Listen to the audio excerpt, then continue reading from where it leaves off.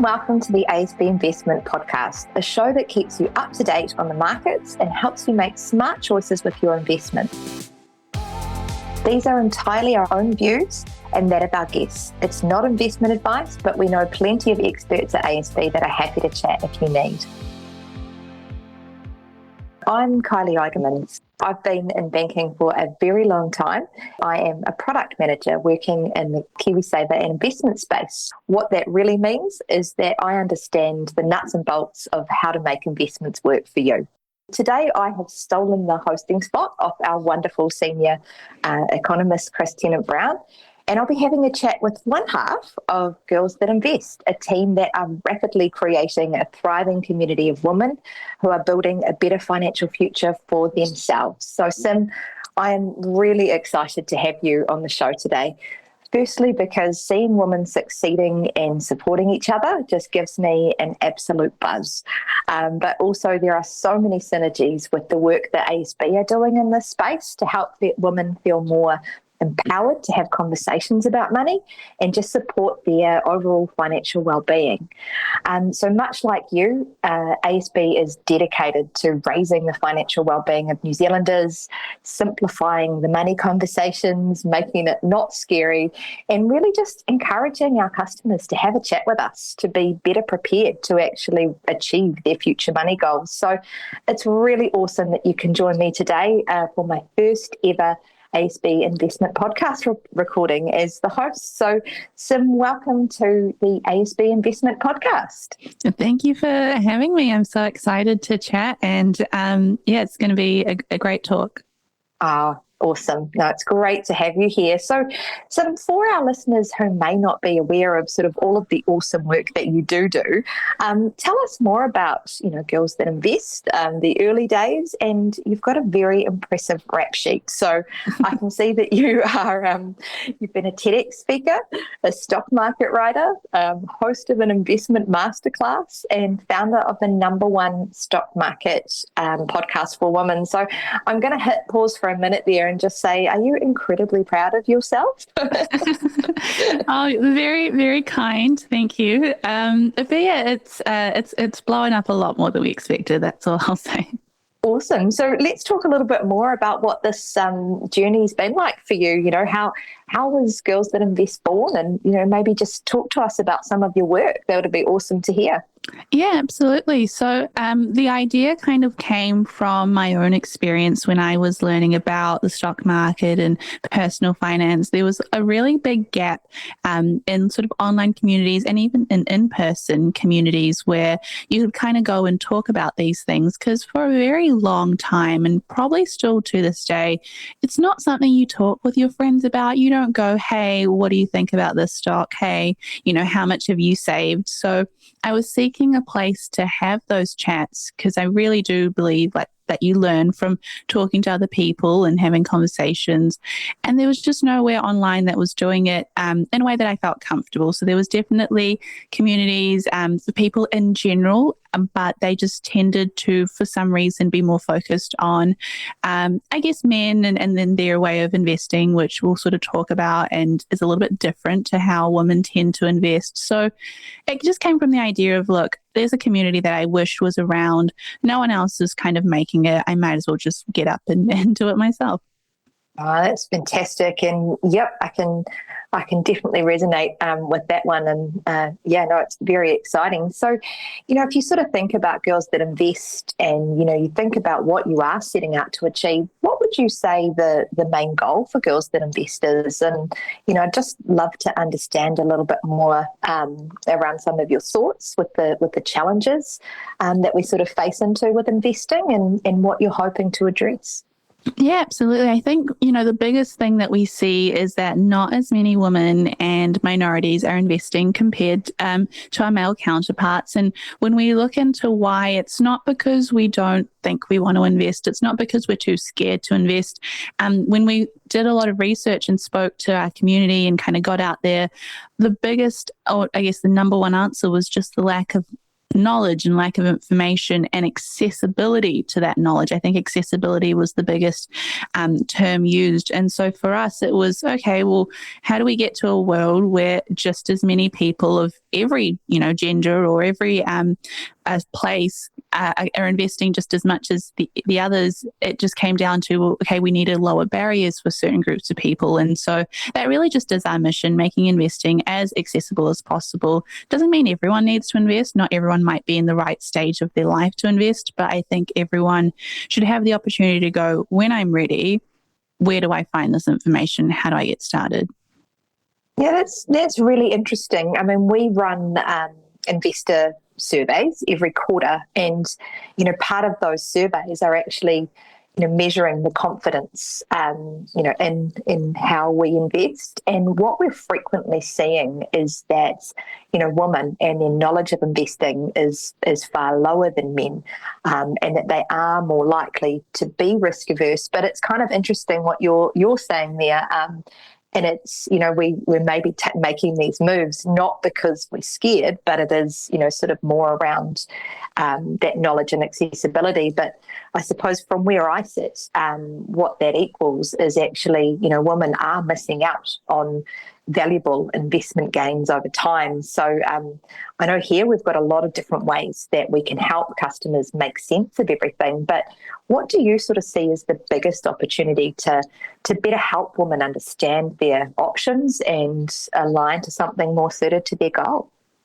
I think a number of things has really helped in our experience with, reaching a lot more people. We found that, one, having more representation in that kind of space helps. If you think about, who are the best investors that we know in the world, it is people like Warren Buffett, it is people like, Benjamin Graham, Peter Finch. It's not necessarily a space where you can go, wow, someone that looks like me is doing so well, maybe this is a space I can be in. So even just having, I think, more, like things like this, like a conversation where two women are talking about the stock market, ways where you just normalize it and you get more people going, well, if they can do it, I can do it. Because I think a lot of confidence comes from not just not seeing people like yourself in places. So I think that's step one. But just having more chatter.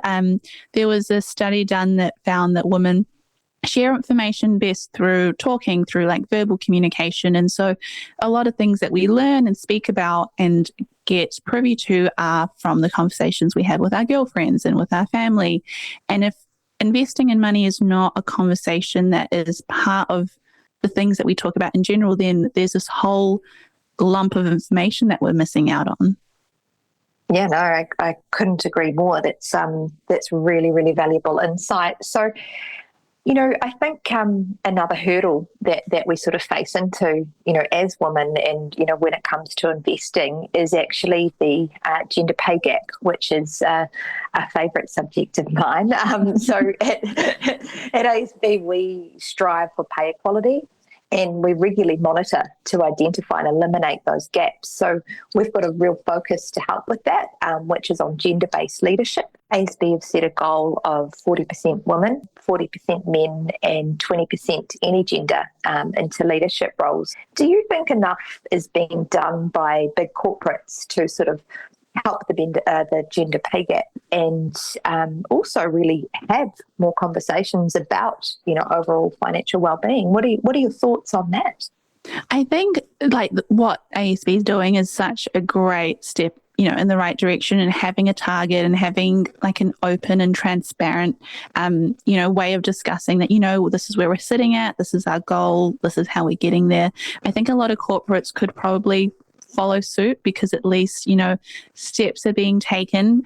A lot of the conversations we have in our podcast and with our community is more from the side of, the employees and how they feel and what they can do to kind of champion themselves into feeling confident to have conversations with their employers, because a lot of times we'll see people go, look, I want to ask for a pay rise, but I, one, have no idea how much to ask, and two, just don't even know how you have these conversations. A lot of these women are in the first couple of years of their careers, and it's not like they've done this, very often.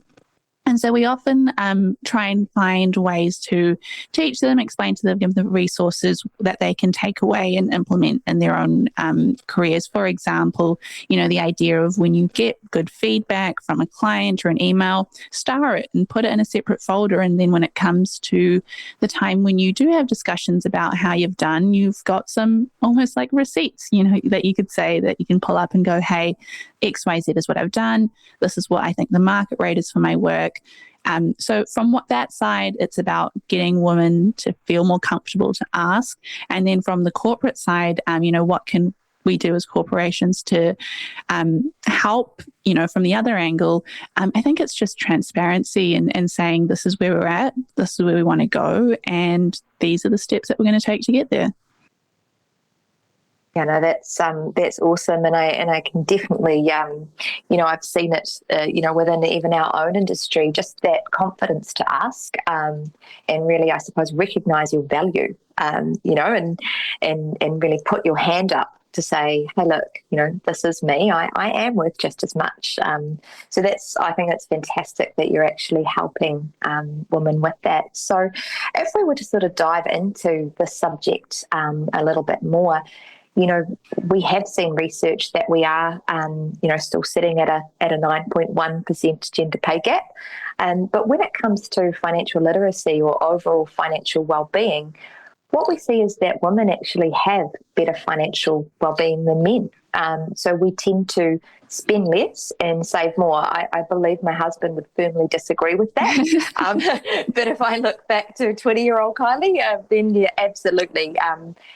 Really good savings habits was something that I was quite excited about. So from listening to your podcasts, in particular, how you got into your first home, you talk about something called value-based spending, which when I sort of look at it from a banking perspective, and we talk about all these scary words like budgeting and, sacrificing.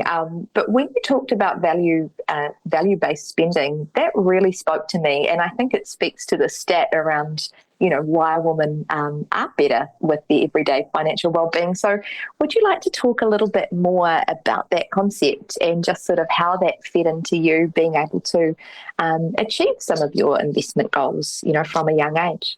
Yeah, I think I grew up like how most Kiwis grew up, where the idea of budgeting just kind of made you roll your eyes and it sounds very not fun, not like something I want to spend my afternoon doing. And so and so then I was kind of introduced to this idea from a friend called value-based spending, and it just changed my life completely. And so I'll try break it down very simply. It's the idea of, instead of saying, I'm going to deprive myself of everything and I am just going to never go out and eat out. I'm never going to go and spend money on, the hobbies that I have. For me, I love skincare, and that's not a cheap hobby to have. But it's about finding a few things that are important to you and saying, well, what's my value? What do I value rather? And only spending in that space and sort of letting go of everything else. A lot of people like to start this by, printing out their statements from the last month, which is always confronting, and looking at everything that they've spent and kind of going, does this align with my values? If, for example, you say, I really value buying a home. I want to be a homeowner one day. You want to look at your spending and go, well, does my spending align with my value? Does this look like someone that is trying to save up for a home? Or does this look like someone that's maybe enjoying life in the moment a little bit more? And that's okay, but it just means finding a balance where your actions are lining up with your values. And so for me, that meant cutting down on a lot of things, but holding on to a few things that I do value. So I do want to buy a home, but I also want to eat out once a week if I can, or at least doing other things where I'm still enjoying my life. And so I'm still living somewhat in the present, but I'm also taking care of future Sim and making sure she's going to be okay and that she can be a homeowner one day. And it just completely changed how I looked at budgeting, and I always recommend it. Well, that is very cool. And how long did it sort of take you to be able to achieve that home ownership dream? It was, I was very lucky. I got sort of started in saving around the start of 2020. And as we all know, COVID hit, which wasn't so lucky. But a lot of my investments, thanks to, my financial education and background, I was able to pour into the market, kind of knowing that things would bounce back. And so my goal was to save up over 2 years to buy, a very modest home. But I was able to do it in a year and a half. And so by a year and a bit. So by March 2021, I had bought my first home. That is so cool. And tell me, I was a young homeowner as well. Has the experience changed for women out there trying to achieve these things on their own? I know that it took me about 6 real estate agents to get taken seriously. Yeah, I realized the magic word was, hi, I have a pre-approval. I think that really changed how people viewed me. But yeah, it was amazing to be able to say that I could save up and purchase a home without parental help, because I think that's a big what if or question that people have.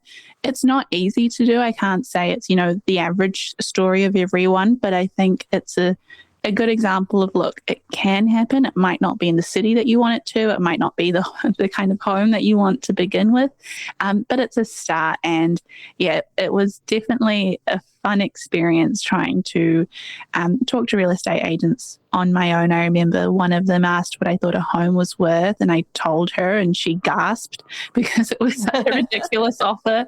But that's how you learn, and you kind of keep going that way.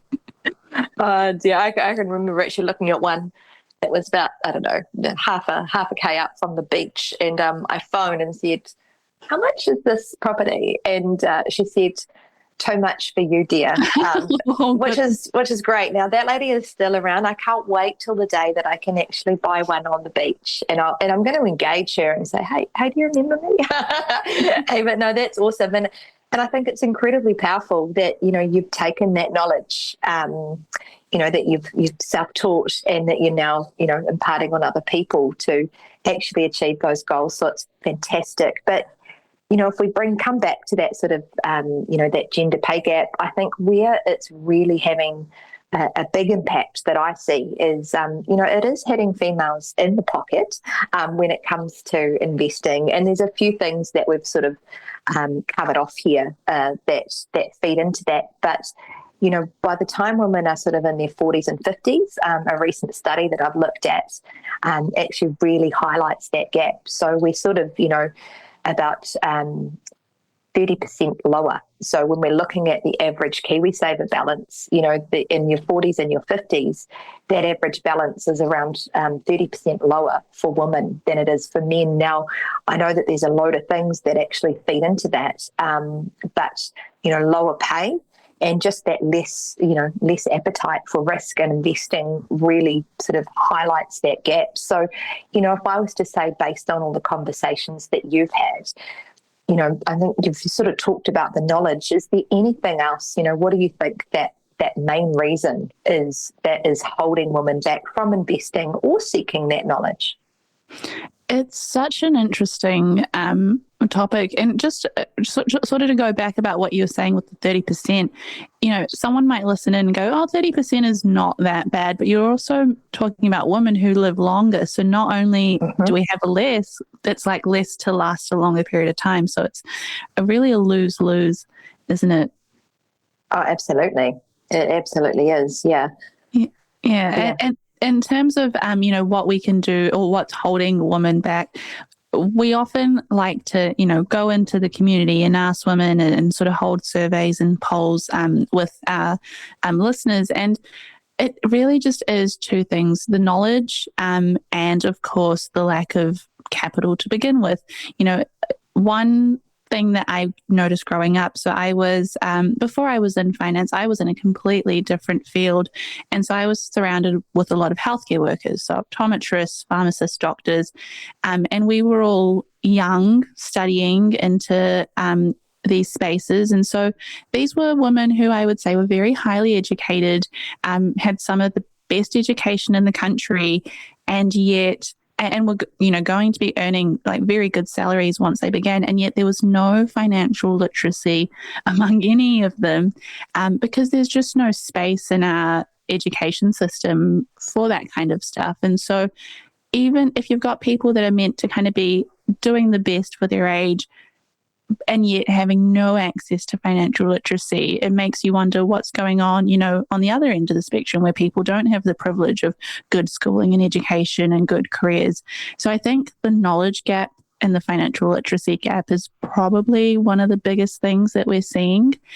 And the second being, of course, the fact that we've got the wage gap. Women, to expect them to be investing just as much or even more when they're earning less is really hard. But as you mentioned, that ASB survey had a look and found that despite earning less, we actually save more. So goes to show. So you can sort of, just make really good choices to sort of supplement that. Absolutely. And how do we solve the problem? So if I think about what you're sort of saying there, it really stems right back. We go right back to sort of, where do you start this conversation? Is it at schools that more focus needs to go on, or, is it, within the sort of the tertiary education? Where do you see, sort of that solve? And I don't know, what have you got any great tips, or is there any great work that Girls That Invest are actually doing in that space at the moment? I think definitely going back to schools and going back to where, we're our most impressionable and we're still kind of learning about the world. People think that children or young adults, young teens, don't have the capacity to understand these things, but you can absolutely explain the stock market to a 5-year-old if you can explain it well. And it's just about getting into schools, making sure that from the beginning people are aware that this is what these basic foundations are. Even things like getting a mortgage or understanding how a home loan works, they're not topics most people get taught until it's time to apply for a mortgage and apply for a loan. And I think for a lot of people, they just assume they can't do it. I had a friend of mine who just thought she'd never own a home. And by the time I sort of sat her down with her partner and I was like, look, you both have KiwiSavers, you've both got a little bit saved up and you're both working. If you crunch the numbers, you could buy a home in 3 years quite easily. And now they're on their way to purchase. And so it's just the knowledge that we need to just get out there and how we do it. I think definitely getting into schools, but also things like Girls That Invest. We have this podcast that we're sending out to the world to get people to talk about these things and understand them and then have those conversations with their own friends and family. I think is just, one of the things that we can do to get to that goal a lot quicker. Oh, it's just awesome. So, look, while we're on the subject, I mean, I've got, a lot of questions here to ask you. But while we're on the subject of Girls That Invest and, the work that you are doing, I know that you have got a new book out, your latest book, which is a step-by-step guide to financial independence. And something I really loved about the flavour of the book is that you're talking about, money providing freedom, the freedom to say yes or no, the freedom to handle challenges, what does life throw at you, how do you grow and prosper. So, I mean, I find that incredibly inspiring, and you have talked to your book in some of your podcasts. So do you want to talk us through a little bit more around that, and then maybe a little bit more around what Girls That Invest has on the runway, to, sort of get out there and talk more? Yeah, the book is a great resource that we're so excited to put out. When we got pitched the idea, I thought it was a spam email. I thought there's no way that, a publisher wants to write a book with us. But I guess it came from just the need to have something out there where investing can be broken down. The book's made for anyone that's never even heard of investing or heard of us, just to be able to go through from start to end and, by the end be like, what, that was actually really simple stuff. That there was no need for me to be so scared about investing and scared about money, because I think there's a lot of fear around it, a lot of, jargon terms that when you're in the industry, it's, it's second nature. But for the average person, things like capital, things like asset class, they're not words that are used every day. And so they can come across a certain kind of way. So it's just about breaking that down. And yeah, I'm very excited. It's just been on pre-sale and it's been doing amazing. So very excited to see what happens. That is very cool. And I love what you're saying there. I've obviously been in banking for a long time, as I mentioned at the beginning, but more particularly in the investment space, over the last 5 years. And I can still sit in meetings and not understand a lot of the terminology or jargon that's been used. And I know that that's a big part of our mission. As we said, just break it down, make it not scary. So, if I was to sort of say, what are some of your absolute top tips for those that are hesitant to take the first step, especially if we look at our current environment. So we're facing into quite a few challenges. We've got our KiwiSaver is something that many people will resonate with, particularly if it is their main investment. We've got balances sort of jumping up and down like a yo-yo. We've got, a third of our customer base that are living payday to payday, and the same amount with less than $1,000 in savings. So what are your top tips for those that are scared to take that first step? I think a really good place to start is sort of walking before you run. A lot of people might go, well, how do I make my first investment? How do I begin? And I think you almost want to take a step back and make sure that you've got your financial foundation sorted. Like you mentioned, a lot of people living paycheck to paycheck and living in this space where you almost don't want to start investing if that's where you're at. You want to learn about how can I grow an emergency fund. That's often step one. And an emergency fund is maybe 3 months of your rent or your mortgage, your living expenses, saved up an account, just a savings account. And that's a good place to start, because you don't want to be investing and then your car breaks down and you have to pull money out of your investments to go pay for that. So that's often step one, or the first tip. And then the second is actually having a look at your KiwiSaver, because if you can understand what your KiwiSaver is doing, you're going to be able to understand the stock market so much more easily, because it's very much on par. You're investing a certain amount every single week or paycheck, and there's different ranges of risk that you can take on. If you're listening and you don't know what KiwiSaver provider you're with or what account you've got, or even how to check it, I really encourage you to take one step today after listening to this and actually going to your provider or just going to your bank and going, who am I with? Because I don't know and I want to learn. And you might realize that everything's perfect and, that's one less thing to worry about. Or you might realize that, there are some changes you want to make. Yeah, I mean, the guidance that is out there in the KiwiSaver space, if I could just get everybody to sit down and just pay a little bit of attention to what they're doing, it would be like my dream. So I love what you're saying there. Yeah, I mean, and that's what your bank's there for. I think people forget that they're there to help you. It's not just a one-way relationship where you put money in and take money out. There are people on the other side that are ready to chat with you, and they're always around. So definitely make use of that too. Yeah, and I mean, I know with our own sort of guidance platforms, it is not scary. It's actually incredibly cool. Once people sit down and sort of go through that journey, they love it, and they just come out feeling so much more empowered, which is exactly what we want. Just making great decisions. So, fully agree. Cool. Absolutely. So, Sim, final words over to you. I think you girls are doing an amazing job at getting out there and just empowering other women to do great things. And it's not just the women, it's the guys too. Hopefully, I think, something that you've said is that, we all learn a lot through conversation. So the more that we educate, the more that we talk, and sometimes the guys are hovering in the background and they might pick up some really cool tips too. So it's been absolutely awesome having you on today. Is there any final words from you that you would like to sort of bring up or discuss? Yeah, I think, if there's one thing I want people to take away from this chat is that there is so much that we can all learn from each other, and you'll be surprised. The whole purpose of Girls That Invest is to encourage people to have conversations at home. Ask your parents how much they make, ask them what they've invested in, ask them where their KiwiSaver is.